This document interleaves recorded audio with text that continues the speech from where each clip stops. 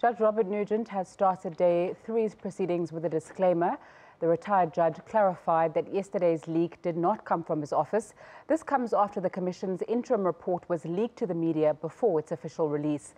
The leaked SARS interim report, which was later published on the Presidency's website, recommends the removal of suspended SARS Commissioner Tom Moyane without delay. The report also recommends the swift appointment of a new commissioner to restore confidence to the Revenue Service. Judge Nugent has cited the strained relationship between SARS and Treasury, as well as a Davis Tax Committee, as grounds for Moyane's removal. Nugent's interim report, which is based on evidence given at the inquiry, also cites that the restructure has created a breeding ground for illicit tax practices to continue unabated. Mamate Makeke Moyane, who was appointed last year, is currently testifying before the Commission. I'm joined in studio by Eric Mabuza. He's Tom Moyane's lawyer. Thanks so much for your time on SABC News. In that report, Judge Nugent recommends that Moyane's firing will set the organisation on a firm path of recovery. What's your response to that? Thank you for inviting me to your studio to come and give our side of the story. Naturally, we're quite disappointed and shocked, to say the least, by the recommendation by Mr. Nugent, because what is recommended falls outside the scope of his mandate. You will remember that the President set up a disciplinary inquiry, which is chaired by Advocate Bam SC, where all the allegations of misconduct are dealt with.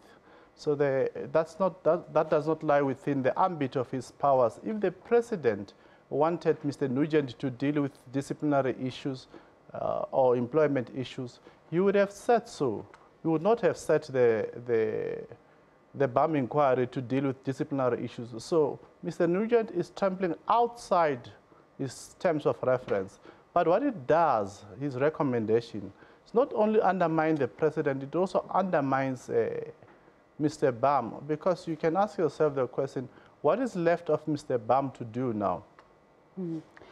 So should the President decide that it's okay and he wants to take that recommendation, despite you saying it's outside his mandate, what would you do? Well, you'll remember that we've already launched a Constitutional Court challenge, among which we challenging that then it was a threat by Nugent to make this recommendation. So nothing has changed in that respect. That issue must still be determined by the Constitutional Court. What will be particularly worrisome if the President were to follow that recommendation and it later turns on that in fact the recommendation was based on flawed reasoning when the Constitutional Court set aside the conduct of Nugent, it would have been a waste of time for everyone, including the President, to do that. Okay. I understand that Mr. Moyane has not been found guilty of anything. There's a disciplinary process underway. There's been lots of allegations that have come out, lots of evidence led at the inquiry, lots of speaking out by former SARS members like Adrian Lakay, who all point to a certain culture that they say was instituted by Tom Moyane at SARS. With a lot of evidence like this, with a breakdown of trust, with a breakdown within SARS of things like the IT infrastructure, with things like Bain coming in and being appointed not in a regular manner, would it not be best to perhaps stop fighting what seems like is going to be quite an obvious conclusion to Tom Moyane's time at SARS? With respect, there's nothing obvious about that. Remember, whatever Nugent is saying, he's only heard one side. He's not heard the side of Mr. Moyane.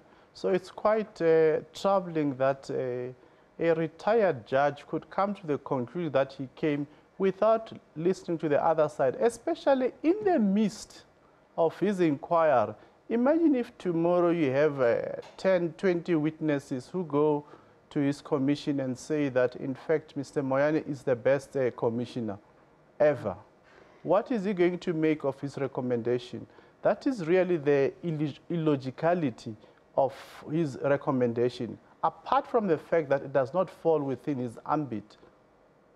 So my question was not just about the Nugent Commission of Inquiry. That's why I spoke about people who are outside, who perhaps weren't testifying there, and the state of SARS now, and raising that worry about the IT infrastructure there. We know that the modernization project at SARS, we heard, my apologies, was stopped, and Commissioner Moyane brought in Gartner, who we're told the 200 million rands worth of work that was useless. So I'm speaking about things like that and saying, while I understand that you can't say there's an allegation so you have to go, with the weight of the allegations coming from different quarters at an institution as important as SARS, if we look at someone who's just resigned now, based on not so much allegations, just meeting people, shouldn't Tom Moyane take that same thing and say there's so much cloud around me, let me step back so that SARS, the institution, can regain some of the public trust that has been lost?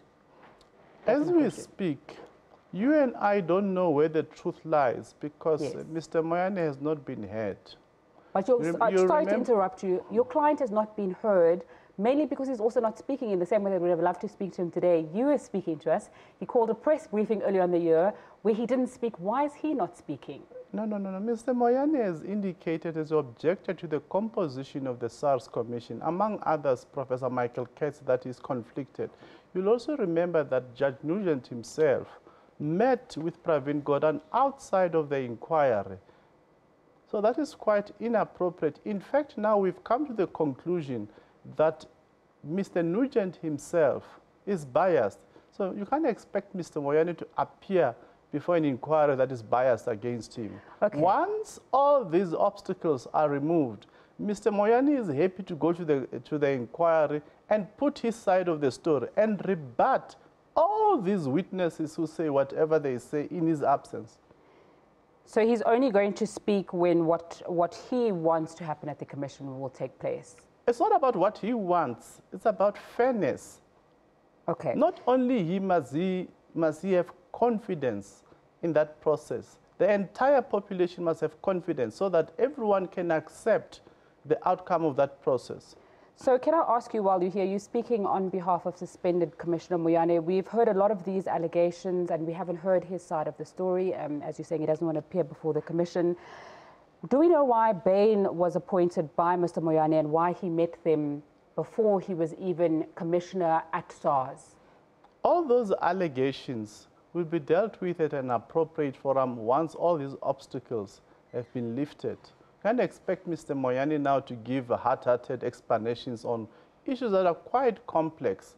Some of those issues were approved by the then Minister Nhlanhla, but I don't want to get into the merits of the approvals of Bain and other people, but we'll deal with that once all the obstacles are Do you understand removed. Then why it's quite difficult you're saying it's not fair to just accept, what some people are saying without Mr. Moyane being heard? This is an opportunity. This is a public platform.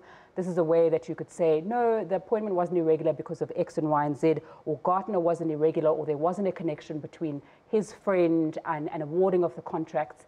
But that's not happening either. So we just need to wait for an indefinite amount of time and trust, because we don't know when that time will be, and trust that SARS should be under the control of Commissioner Tom Moyane, based on what? No.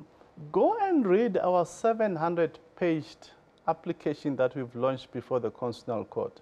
You will get a summary of these issues. He explains some of these issues, albeit not in great detail, but he gives an explanation in respect of all these allegations that are made against him. And you can't do that at this point here with this opportunity that you've got? I would urge you to go and read We can't expect everyone who's watching, though, to read 700 pages. And this is also why we bring guests in, so they can explain issues for us, clarify for us, and give us summaries of issues that we may not understand and we may not have time to read 700 pages of. I mean, for instance, the allegations that are made against him before BAM, he explains them away, the Makwakwa issues, the alleged misleading of Parliament, when in fact Parliament says it was not misled. So, I mean, if really you want to know his side of the story, it's set out fully in that report. But what would have expected of Mr. Nugent was to await the outcome of that court process, not to second guess the court process. Just like Mr. Bam did. When we asked for a postponement, he said it was a reasonable request, and he granted us a postponement to await the outcome of the Constitutional Court challenge. So we don't understand what is the rush on the part of Mr. Nugent. Why couldn't he wait for all this challenge to be resolved once and for all? Imagine if it turns out that he was wrong. The entire inquiry would have been a waste of time. That's all we have time for now. Eric Mabuza, representing Tom Moyane, speaking to us on that Nugent recommendation that Tom Moyane be removed from SARS and new leadership be put in there. It's time for a short break. I'll have more business news for you when you come back. Do stay with us.